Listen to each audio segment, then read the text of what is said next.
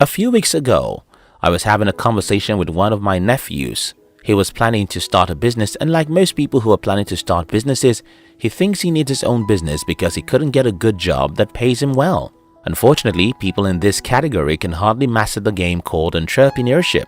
You see, entrepreneurship isn't just about creating a product, not even about creating a good product. Most times, entrepreneurship is about creating a movement, about getting masses to fall in love with your offer, and about getting people to choose you instead of your competitors. In other words, selling is the real game of entrepreneurship, and that's why in today's video, I will be sharing with you 3 skills you need to master to be able to sell a lot of your products and services to your market. If you're new here, don't forget to subscribe. 1. Genuinely like people. Over the last 1 decade, I've been greatly in love with the psychology of persuasion and marketing. I've read tons of books just to understand what makes people want to buy and what makes them say no. One of those great books that were of value to me is The 6 Principles of Persuasion by Robert Cialdini. Cialdini wrote about liking in his popular book, and you don't even have to be a psychologist to understand this. As humans, we hate to be used, and part of being used is being sold. We hate it when we perceive that someone wants to sell us something, and that's why 99% of advertisements are being ignored. Okay, why in the world should I give you my money? Why should I trust what you said about your product or services when in fact that's the exact thing everyone else says about their product and services? But what if you can make me like you? Now you're talking. If I can like you, I can trust you. And if I can trust you, it simply means that I'm open to your message and I won't find it difficult to open my wallet as well. Now, let's get to the bottom of this. How in the world can you get your target audience to like you or your product? Well, you have to like them first, and there's no way you can fake that. Yeah, you can fake anything for some time, but eventually people will know that you're faking it, and that's the end of your trick. Now, how do you get your target audience to know that you like them? Here's what I found out. If you genuinely hate the problem you're solving, that will result in loving the people who need a solution your product or services is creating. Think about Steve Jobs. He got several millions of people worldwide to like him and his company, not because he was a nice guy. In fact, Steve Jobs wasn't a good guy you want to have as a boss or father. But one thing is sure, the guy hated the way the computer was the size of a room, and he hated how computers were for the few rich guys.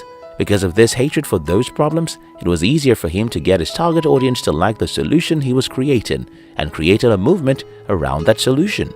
Think about Tesla. It's been run without any advertising budget, but by a guy who lives with anger. Elon Musk is angry about many things. He couldn't believe we as humans are having only a single planet.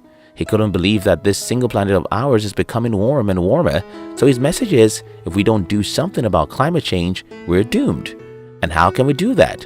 Let's get rid of all these traditional vehicles in our roads and replace them with electric cars. Now, how can you apply all these to your own business? Well, you have to choose the enemy you really hate to see alive. You have to choose a problem you really hate to see existing.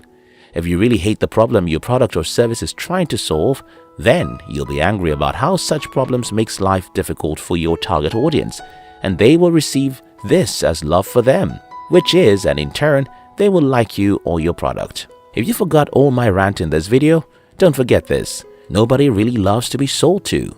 We hate to buy because we don't trust anyone who wants to sell to us. But we love to buy from people we trust. And before you can get anyone to trust your offer, you have to first get them to like you. Make sense? 2. Focus on being different, not better.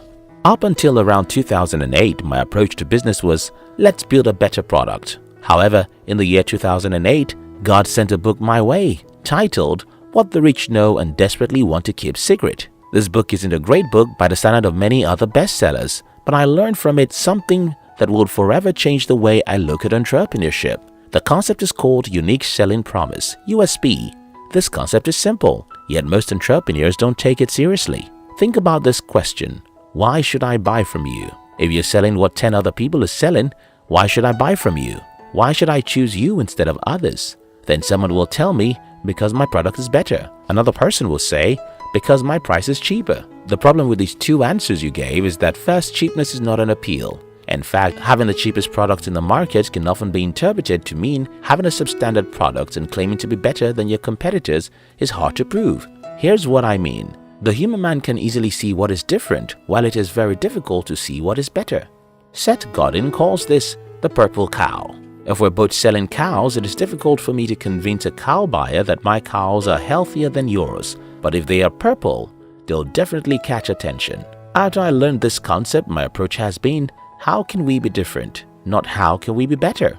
Then someone will tell me, but if you don't have a quality product, you can succeed in business. Yes, but quality is overrated. While you need to pay attention to quality, if what you offer is not different from what other people offer, well, nobody would care about your quality product. Focus on being different. Then you'll get your audience's attention.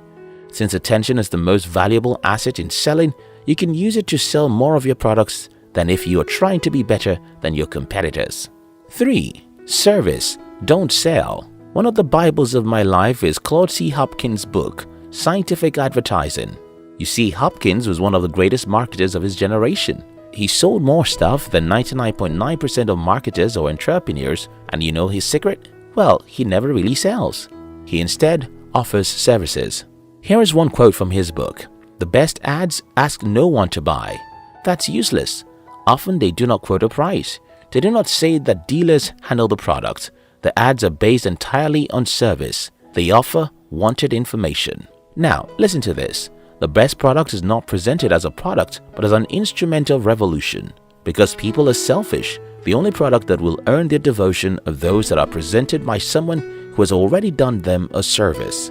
Think about Mary Kay Cosmetics Incorporated. Mary Kay didn't call people who sold for her company salespeople. She called them consultants. Doesn't that make you think twice? Salespeople are trained to get your money. Consultants are to advise and help in rendering you a service. In recent years, companies are built around blogs, podcasts, and YouTube channels. The reason why this strategy works is that people who have been consuming your free content for a period of time have started seeing you as a consultant, someone who is helping with advice. Such people can easily patronize your business as opposed to that of other people who shout, "Give me money." So, look for a way to not appear as a salesperson. Look for a way to act as a consultant.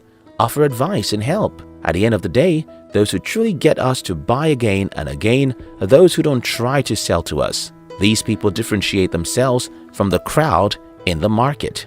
They get us to like them because they are angry about our problems, and they don't appear to be selling us anything. Instead, as Mary Kay called them, they are consultants. I hope this video helps someone. My name is Steve Courage. I'm a Nigerian entrepreneur based in Lagos. If you wish to know more about me, see my face, or consume videos I specifically make for Africans, check the description box and join my new channel where I show my face and teach Africans how to build successful businesses. I love you.